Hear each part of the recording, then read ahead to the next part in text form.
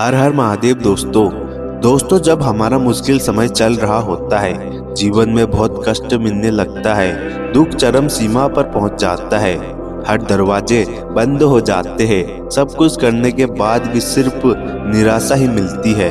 जीवन मुश्किल दौर से गुजरता है, हमारी सारी मेहनत बेकार चली जाती है और हम अकेले पड़ जाते हैं। जिंदगी से कोई उम्मीद नहीं रहती है तो हम भगवान की शरण में चले जाते हैं, मंदिरों में जाते हैं, ईश्वर को याद करते हैं और उनकी पूजा पाठ करने लगते हैं। कई बार तो आप ईश्वर को अपना दुख बताते बताते भावुक हो जाते हो, आपके आंखों से आंसू आने लगते हैं। आप खूब रोना तो चाहते हो, लेकिन कहीं न कहीं परिवार या लोगों की मौजूदगी आसपास होने के कारण आप खुद को कंट्रोल करते हो। लेकिन जब आप अकेले में होते हो, आंखों से अपने आप ही आंसू आने लगते हैं और जोर जोर से रोने लग जाते हो। कभी कभी तो आप अपने कष्टों की परेशानियों को बिना बताए ही भगवान को देखते देखते भावुक हो जाते हो और आपके आंखों से आंसू निकलने शुरू हो जाते हैं। लेकिन दोस्तों, क्या आपने कभी सोचा है कि भगवान के सामने रोने से क्या होता है? उनकी भक्ति करते समय हमारे आंखों से आंसू आने लगते हैं तो इसका क्या मतलब होता है? जब भक्त रोते हैं तो उनके इष्ट देव पर क्या प्रभाव पड़ता है?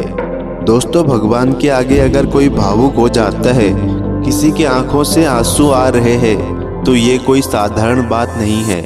यह आपके ईश्वर के प्रति जुड़ाव को दर्शाता है। आपकी जीवात्मा का जुड़ाव आपके इष्ट देव से होने लगता है। वास्तव में जब कोई शुद्ध मन से भगवान का ध्यान करता है, सच्चे मन से उनकी भक्ति करता है, तो वो उनको याद करते वक्त थोड़ा भावुक हो जाता है। उसका भगवान पर पूर्ण भरोसा होता है कि भगवान उसकी सहायता करेंगे। इसलिए आप उन्हें अपना सारा दुख दर्द, अपनी सारी तकलीफें बताते हो। जब आप भगवान को अपनी तकलीफ बताते हो, अपना दुख बताते हो, तो इसका मतलब यह है कि आपके लिए वह सिर्फ एक पत्थर की मूर्ति नहीं है। भावात्मक रूप से आप उन्हें अपना माता पिता सब कुछ मानते हुए उनके सामने अपने दुख प्रकट करते हो।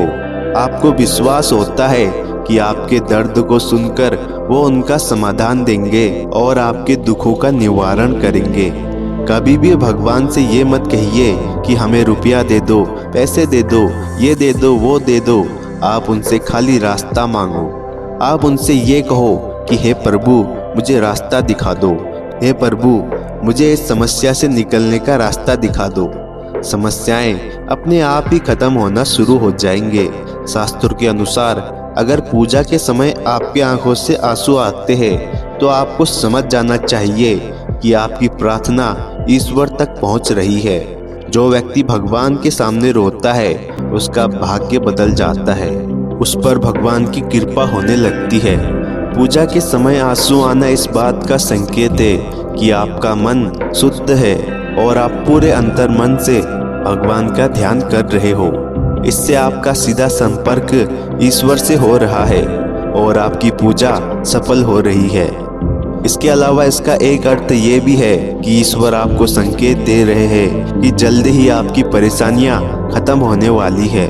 आंखों से आंसू आने के अलावा अगर ईश्वर की भक्ति करते समय अचानक एकदम से रोंगटे खड़े हो जाते हैं, शरीर में एक कंपन या वाइब्रेशन जैसा हो जाता है, तो ये भी एक शुभ संकेत है कि ईश्वरीय शक्तियों का प्रवेश आपके शरीर में हो चुका है। जब भी हम भगवान के सामने रोते हैं तो हमारा मन हल्का हो जाता है और कहीं न कहीं एक ताकत भी मिलती है, क्योंकि जब हम चारों ओर से निराश हो जाते हैं तो एक भगवान ही होते हैं जिस पर हमें पूरा विश्वास होता है, पूरा भरोसा होता है। हम उन्हें वो सब कुछ बताते हैं कि हम पर क्या बीत रही है। कोई दूसरा समझे या ना समझे, लेकिन ईश्वर सब जानते हैं, इसलिए वो अच्छे से हमें समझते हैं। और जब भगवान के सामने आपके दुखों को बताते वक्त आंसू आते हैं, तो उस वक्त आपकी भगवान के प्रति आस्था बढ़ती है, विश्वास बढ़ता है और एक अपनापन सा महसूस होता है।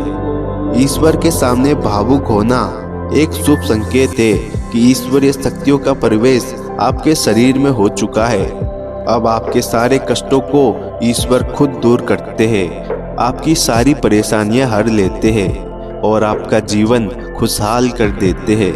आपको धीरे धीरे सांसारिक जीवन से ज्यादा भगवान की भक्ति में मन लगने लगता है, क्योंकि आपकी आत्मा ईश्वर से जुड़ चुकी है। परमात्मा ने आपको अपनी शरण में जगह दे दी है। अब आपके इमोशन भी धीरे धीरे खत्म होने लगते हैं। आपके अंदर से फीलिंग खत्म होने लगती है। आपके अंदर से किसी भी चीज की एक्साइटमेंट खत्म होने लगती है। आप धीरे धीरे अपने इमोशन को कंट्रोल करने लग जाते हो।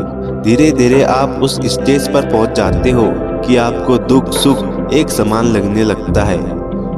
दोस्तों, वीडियो को देखने के लिए धन्यवाद। दोस्तों, कमेंट में हर हर महादेव जरूर लिखें ताकि उनकी कृपा आप पर बनी रहे, और चैनल को सब्सक्राइब कर वीडियो को लाइक शेयर जरूर करें।